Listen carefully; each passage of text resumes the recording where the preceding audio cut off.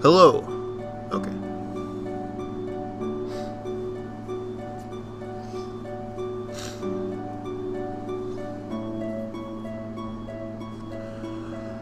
Hello and welcome to another one of my top 10 lists. There should be 4 in total, and this will probably be the last one that goes up.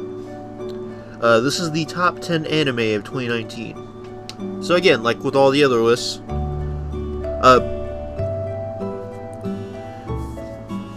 this is based on my own opinion, so it's not going to be the top 10 objective best, and nothing that I haven't seen is going to be on here. So like there are some anime that I haven't seen, like I didn't see Beastars, for example. That might have been on the list, but I haven't seen it. I haven't seen it yet. I'll probably see it at some point in 2020, but I tried to start it a few days ago, but for some reason Netflix, which is where it's at, is showing it as not being on there for some reason.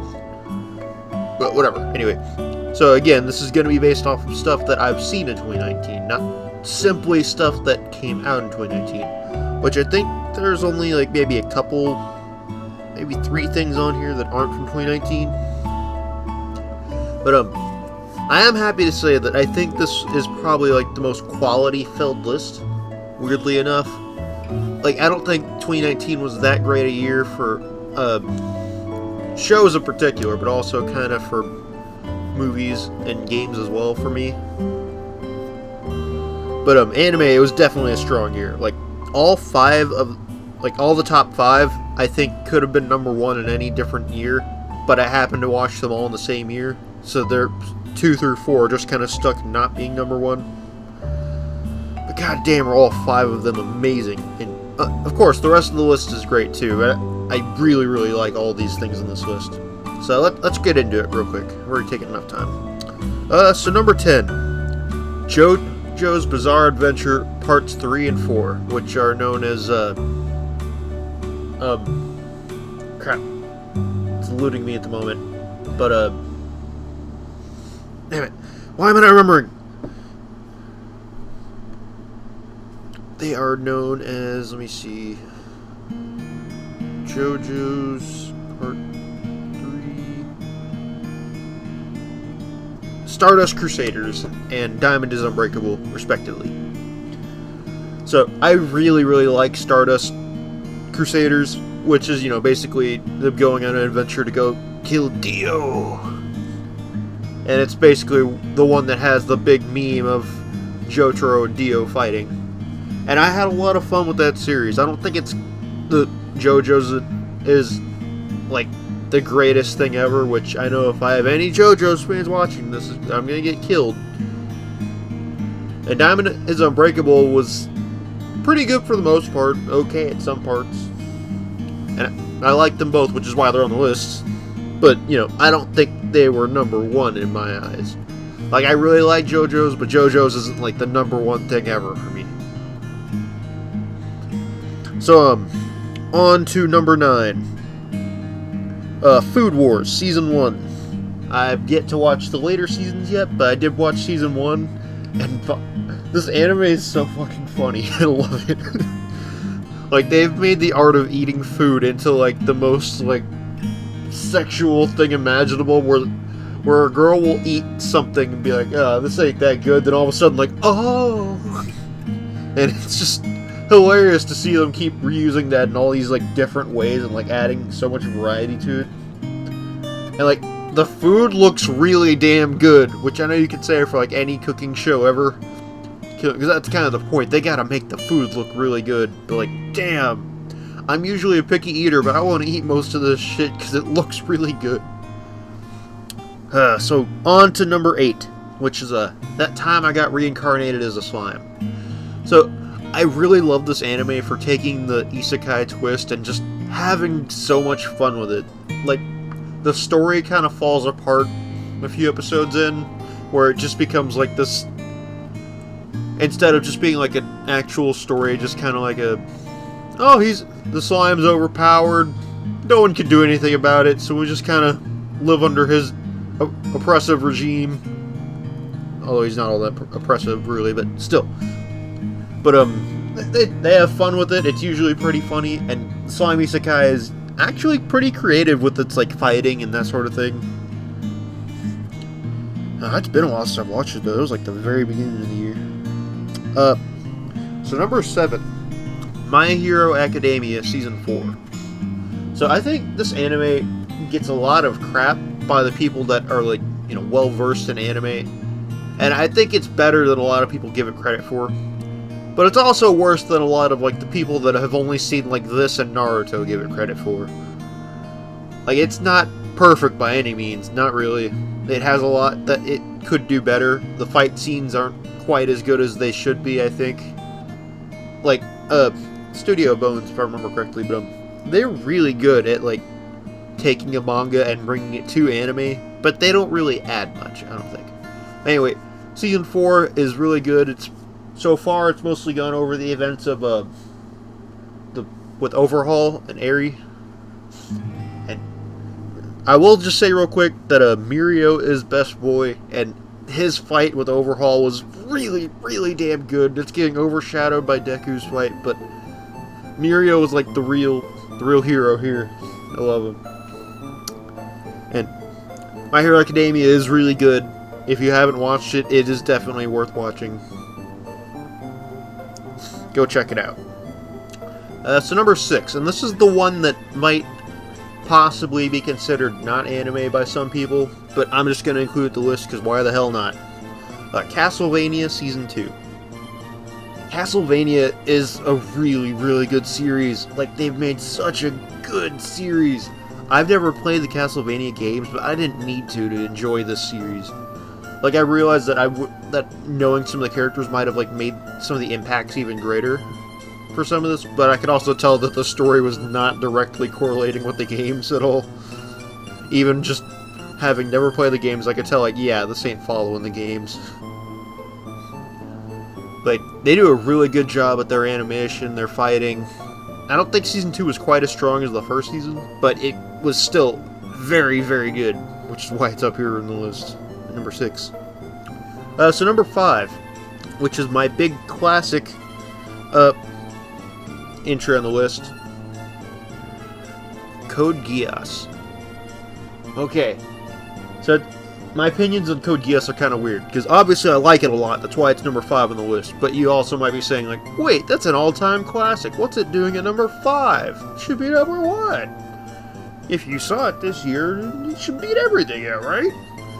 Okay, well, the first, like, 20 episodes of the show, I think, are just decent. They aren't great. It didn't get great until, spoiler alert, or tossing that out there before I say too much. Whenever, what's her name? Nunnally, I think? No, Nunnally's his sister. The other sister, the one that's royalty. She sets up the special Japan something front, and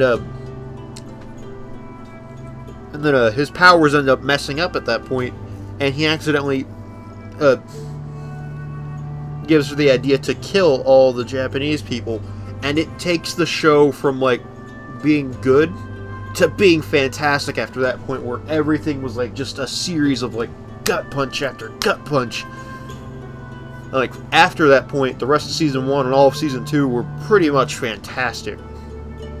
But, you know, I can't quite get over the fact that, like, it started out for so many episodes being just okay, without actually being great. And I do think that overall as a series, like, the finale is considered, like, one of the best things to ever be made. I don't think it was quite that good. Like, not to say that it wasn't fantastic. It was a fantastic finale, but it wasn't like I didn't get blown away quite as much as it was supposed to, and there are 2 other entries on this list that I think have better finales. So then the top 4 of this year, and like I said, any one of these could have been number 1 in a different year if they'd been going up against different competition. Same for Code Geass, which, you know, Code Geass did go against different competition. I just happened to see it this year. But still, these 4 all came out the same year. Number 4 is definitely the biggest name of the bunch. Kimetsu no Yaiba, Demon Slayer. This anime was not that popular. It was like a pretty fun anime for the people that watched it for 18 episodes. Then the 19th episode came out, and the internet exploded. And so I'm like, damn, show must be good. I'll go check it out, and got caught up. And I will say that episode 19, I think, is overrated. It's a fantastic episode. Do not get me wrong on that. But I think the whole show has been great.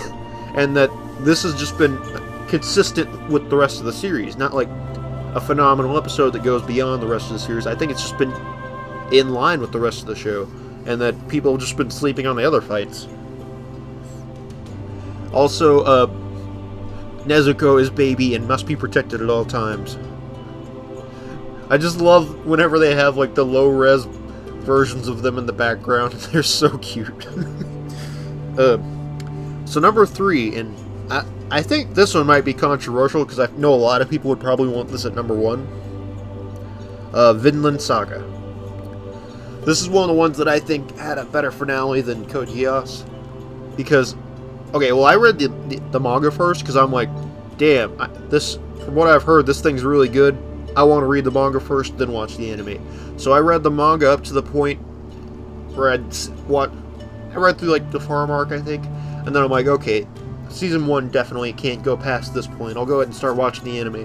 So I started watching, and I think it wasn't quite as good as the manga, but all they had to do was just somewhat follow the manga, and it'd be guaranteed fantastic because Vinland Saga is so damn good. And there was a point in the manga that really, really hit me so damn hard. It was one of the greatest moments in manga I'd ever seen, which of course ended up becoming the season 1 finale, with Askeladd's reveal that he is the King of Britain, and his murder of King Sven, and like the glorious battle he has with all the guards, sacrificing himself to make sure that both the Kingdom of Wales and Prince Canute were protected. And it was such a beautiful moment. I don't think the anime quite did it justice, but it was still so good in the anime. Even if it didn't do it justice, like that shot of all the history of Thorfinn playing out in the knife, and then like the crescendo of music as we see like all these characters we're going to see in the future, like Einar and the rest that we're going to be seeing in season 2 and season 3 eventually. It was so good. Like Wit Studio, it's the same studio that did Doro and Attack on Titan. They're so damn good. They really know what they're doing, and I respect the hell out of them. But even so, Vinland Saga wasn't quite number 1 because there are 2 that I think were even better. Like I said, like the top 5 spots were all so damn good.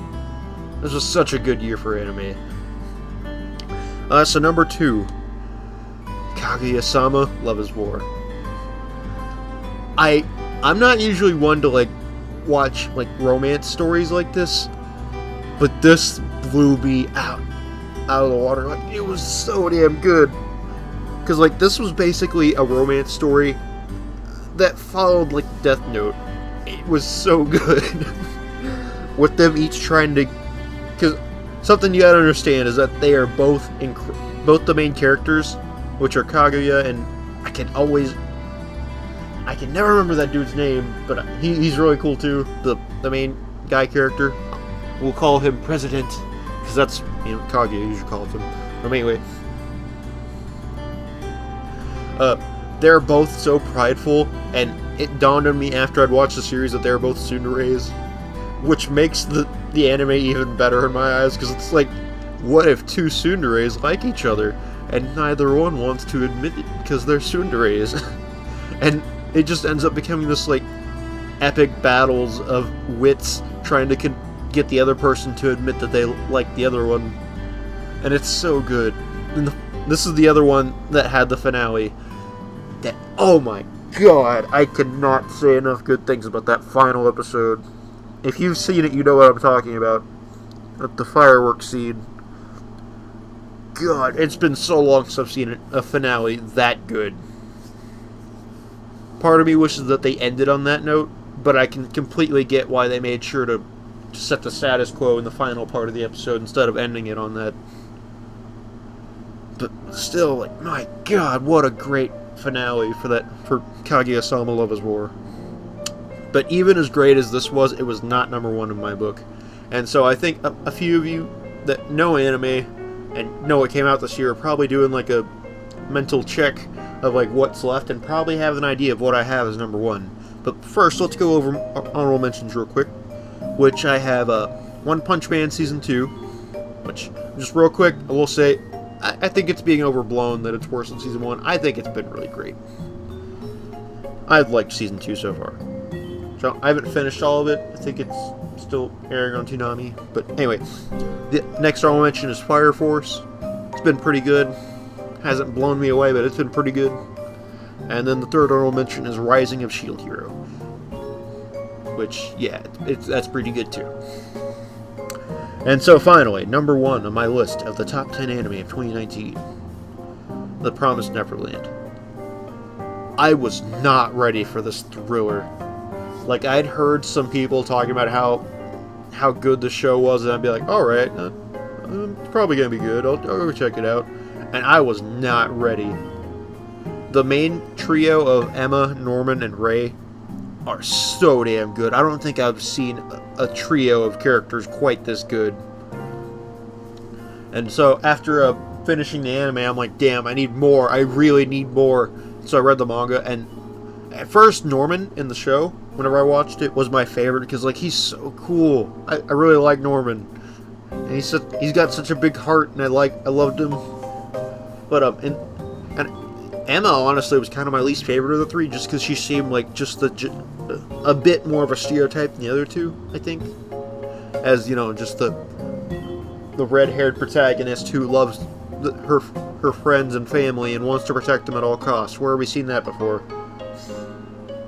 But in the manga, Ray and Emma both get so much better, and they keep growing so much. And Emma, now at this point, is one of my all-time favorite protagonists after reading the manga. Which, if you haven't, it's so good. And I kind of can't really talk about Promised Neverland without spoiling a bunch of stuff. But just watch it if you haven't. Watch it if you haven't. It's so damn good. So that's been it for the top 10 for 2019. It's only January when I'm recording this, so I've already watched started at least a bunch of great anime for 2020, so I already know that list is going to be great too. Like, I missed out on watching Doro. I started watching that, it's great. And I started watching some of the new ones in 2020, like It Invaded and Somali in the Forest. Is it Spirit or Guardian? One of the two. Those are both great so far, and there's plenty of good stuff coming out later this year, too. So, be ready for that 2020 list. Next year. So that's been it. If you're seeing this on my new channel, which I don't know if it'll be a new channel or the backup channel that I've had, but you can see it there. Please be sure to subscribe, because this channel doesn't have many subscribers yet, I'm sure, and neither does my main one, but still, you know, you can't win them all. Yeah, please like and subscribe, and that's been it for this list. I'll see you all in another video soon. Bye.